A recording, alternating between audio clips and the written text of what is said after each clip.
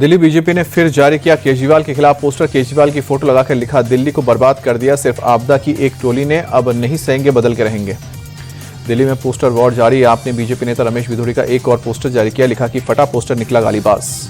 आपने अमित शाह और दिल्ली कांग्रेस नेताओं का भी पोस्टर जारी किया, कांग्रेस को बीजेपी का मोहरा बताया, लिखा कि चुनावी शतरंज में बीजेपी और अमित शाह के हाथों के मोहरे हैं दिल्ली कांग्रेस के नेता।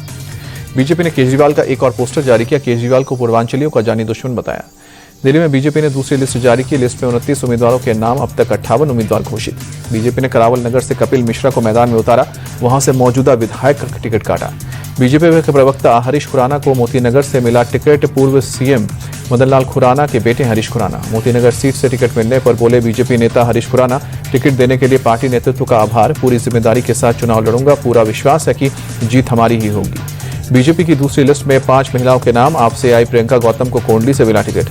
दिल्ली बीजेपी अध्यक्ष वीरेंद्र सचदेवा सुबह चुनाव प्रचार पर निकले, पटपरगंज इलाके में लोगों से मुलाकात कर मांगे वोट। दिल्ली सीएम आतिशी ने चुनाव लड़ने के लिए क्राउड फंडिंग की शुरुआत की, 40 लाख रुपए जुटाने का लक्ष्य रखा, बोली दिल्ली के लोग चुनाव लड़ने के लिए डोनेट करें, गलत तरीके से इकट्ठा नहीं करना चाहती पैसा। दिल्ली में झुग्गी झोपड़ी पर राजनीति तेज, कांग्रेस नेता संदीप दीक्षित बोले बीजेपी ने झुग्गी वासियों को कितने मकान दिए, आप और बीजेपी दोनों ने ही झुग्गी वालों के लिए कुछ नहीं किया।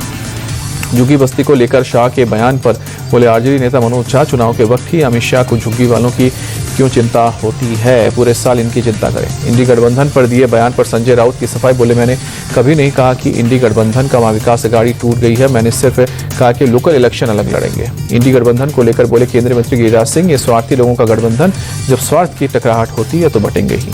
कैग रिपोर्ट के आधार पर बीजेपी ने आपको घेरा, अनुराग ठाकुर बोले शराब घोटाले से दिल्ली को 2000 करोड़ से ज्यादा का नुकसान, इन्होंने दिल्ली की वित्तीय हालत खराब की। बीजेपी के आरोपों पर आपने पलटवार किया, संजय सिंह ने पूछा कैग की रिपोर्ट कहां है और आंकड़े कहां से आ रहे हैं। कालकाजी से कांग्रेस उम्मीदवार अलका लांबा बोली, आप वाले सिर्फ सीएम की कुर्सी के लिए चुनाव लड़ाए हैं, जनता के मुद्दों से कोई मतलब नहीं।